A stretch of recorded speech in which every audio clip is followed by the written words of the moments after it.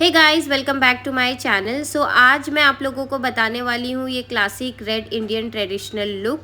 ये लुक ऐसा लुक है जो हम लोग मोस्टली ब्राइडल्स को करते हैं और इस वीडियो में मैं आप लोगों को बताऊंगी आप ऑयली स्किन के साथ कैसे वर्क करें। और जैसा कि पता है अभी गर्मी का वेदर है, तो गर्मी में आप अपने मेकअप को कैसे लॉन्ग लास्टिंग बना सकते हैं, सारी टिप्स एंड ट्रिक शेयर करूँगी। वीडियो को एंड तक ज़रूर देखना। चैनल पर नए हो तो सब्सक्राइब कर लेना। चलिए वीडियो की तरफ बढ़ते हैं।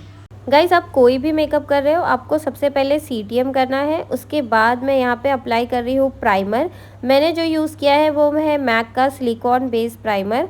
आपके पास जो भी प्राइमर है आप वो यूज़ कर सकते हो। उसके बाद मैं यहाँ पे कर रही हूँ आईब्रोज़ की फिलिंग। यहाँ पे मैंने आईब्रोज़ फिल करने के लिए मैक का ब्राउ पोमेड यूज़ किया है, जो है शेड डीप ब्राउन में।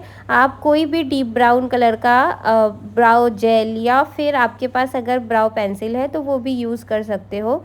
कोई भी आप ब्राउ जेल या ब्राउ पेंसिल यूज़ कर रहे हो, उसके बाद स्ट्रोक के निशान रह जाते हैं, उसको ब्लेंड करने के लिए मैं यहाँ पे स्पूली की हेल्प से उसको ब्लेंड कर रही हूँ ताकि कोई भी हार्श लाइन नज़र ना आए। आईब्रोज़ की फिलिंग कंप्लीट करने के बाद अब मैं यहाँ पे मैक का NC20 यूज़ कर रही हूँ। कंसीलर पॉट जो मैक के आते हैं उसको ही मैंने एज आ आई शेडो बेस यूज़ किया है। आप कोई भी थिक कंसीलर, डर्मा पैलेट है, डर्मा पैलेट का यूज़ कर लो। कोई भी ऐसा थिक कंसीलर यूज़ कर सकते हो जो येलो अंडरटोन में हो, क्योंकि इंडियन स्किन मोस्टली जो होती है वो येलो अंडरटोन में होती है। तो आप यहाँ पे बेटर होगा कि येलो अंडरटोन का ही जो बेस है वो आप यूज़ करें, नहीं तो आपका बेस ग्रे हो सकता है। उसके बाद मैं यहाँ पे ट्रांजिशन शेड बना रही हूँ। मैंने जो पैलेट यूज़ किया है वो है रोज़ गोल्ड, हुदा ब्यूटी का रोज़ गोल्ड पैलेट। उसका जो पीच शेड है मैंने वो पहले यूज़ किया एज अ ट्रांजिशन शेड, फिर उसके नीचे थोड़ा सा ब्राउन आई शेडो यूज़ किया है ताकि आईज़ की जो शेप है वो डिफ़ाइन हो जाए।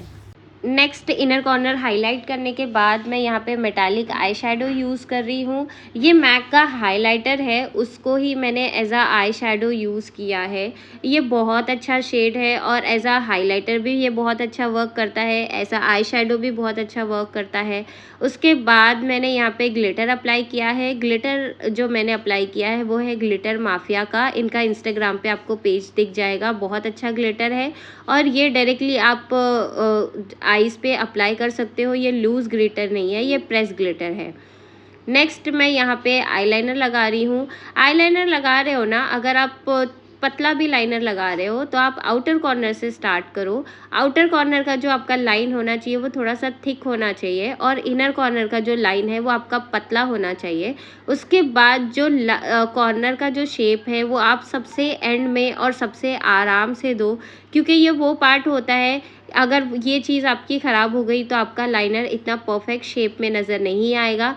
तो इस पॉइंट पे आपको बहुत ही ध्यान और बहुत ही आराम से आईलाइनर लगाना है और उसके शेप पे ध्यान रखना है। उसके बाद मैं यहाँ पे अप्लाई कर रही हूँ प्राइमर। प्राइमर मैंने वापस से अप्लाई किया क्योंकि ग्लिटर फॉल आउट होने के बाद थोड़े बहुत ग्लिटर निकालने में प्राइमर भी निकल गया था। उसके बाद मैं यहाँ पे मैक का NW45 यूज़ कर रही हूँ। इसमें ऑरेंज शेड भी मिक्स होता है, तो आपको अलग से ऑरेंज करेक्टर लगाने की ज़रूरत नहीं पड़ती है। आपका कलर करेक्शन और कंसीलिंग साथ में हो जाता है। जहाँ जहाँ पे भी आपको डार्क नज़र आ रहा है वहाँ पे अपने डार्क एरिया पे आपको कंसीलर अप्लाई करना है। अब मैं यूज़ कर रही हूँ फाउंडेशन। फाउंडेशन मैंने यहाँ पे टू फेस का फाउंडेशन यूज़ किया है। जैसे कि अभी पता है बहुत ही गर्म वेदर है यहाँ पे मुंबई में, तो टू फेस का जो फाउंडेशन है इसमें ऑयल कम है, जिसके वजह से आपका जो बेस है वो क्रीज कम करता है। और ये बहुत ही लाइट वेट फाउंडेशन है, बहुत ही सीमलेस स्किन फिनिश इफ़ेक्ट देता है। तो गर्मी के वेदर में ऑयली स्किन पे ये वाला जो बेस है ना गाइज, ये परफेक्ट है। यहाँ पे मैंने 2 ब्रश का यूज़ किया है फाउंडेशन को ब्लेंड करने के लिए। सबसे पहले मैंने एक फ्लफ़ी ब्रश से फाउंडेशन को अप्लाई किया है। उसके बाद एक थोड़े से थिक ब्रश से मैंने बेस को ब्लेंड किया है। आप चाहो ना तो आप ब्यूटी ब्लेंडर का भी यूज़ कर सकते हो, बस आप मेक श्योर करना कि आपका जो बेस है वो हर जगह पे एकदम प्रॉपरली ब्लेंड हो जाए, कहीं पे कम और कहीं पे ज़्यादा ना लगे। दूसरी जो सबसे इम्पॉर्टेंट चीज़ है वो ये है कि आपको डैब डैब मोशन में ब्लेंड करना है। चाहे आप ब्रश से कर रहे हो, चाहे आप ब्यूटी ब्लेंडर से कर रहे हो, आपको जो ब्लेंडिंग का मोशन है वो डैब डैब करना है, ड्रैग नहीं करना है। ड्रैग करने से आपका बेस निकल जाएगा, ख़राब हो जाएगा। अब मैं कर रही हूँ फेस को हाईलाइट।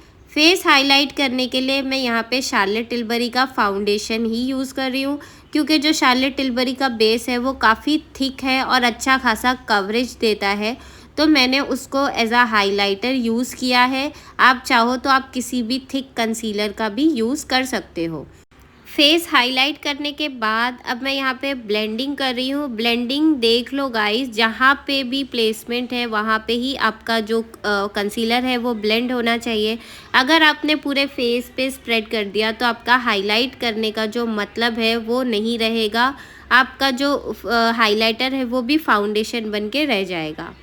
उसके बाद मैं यहाँ पे लूज़ पाउडर अप्लाई कर रही हूँ अंडर आइज़ में। मैंने यहाँ पे प्रॉपरली बेकिंग किया है, क्योंकि ब्राइड जो है उनको 7 to 8 आवर्स आराम से मेकअप में रहना होता है, तो ये हेल्प करता है आपका मेकअप लॉन्ग लास्टिंग बनाने में। अब मैं कर रही हूँ कॉन्टोर। कॉन्टोरिंग मैंने बहुत ज़्यादा शार्प नहीं किया है, मैंने जस्ट एक शैडो इफ़ेक्ट दिया है।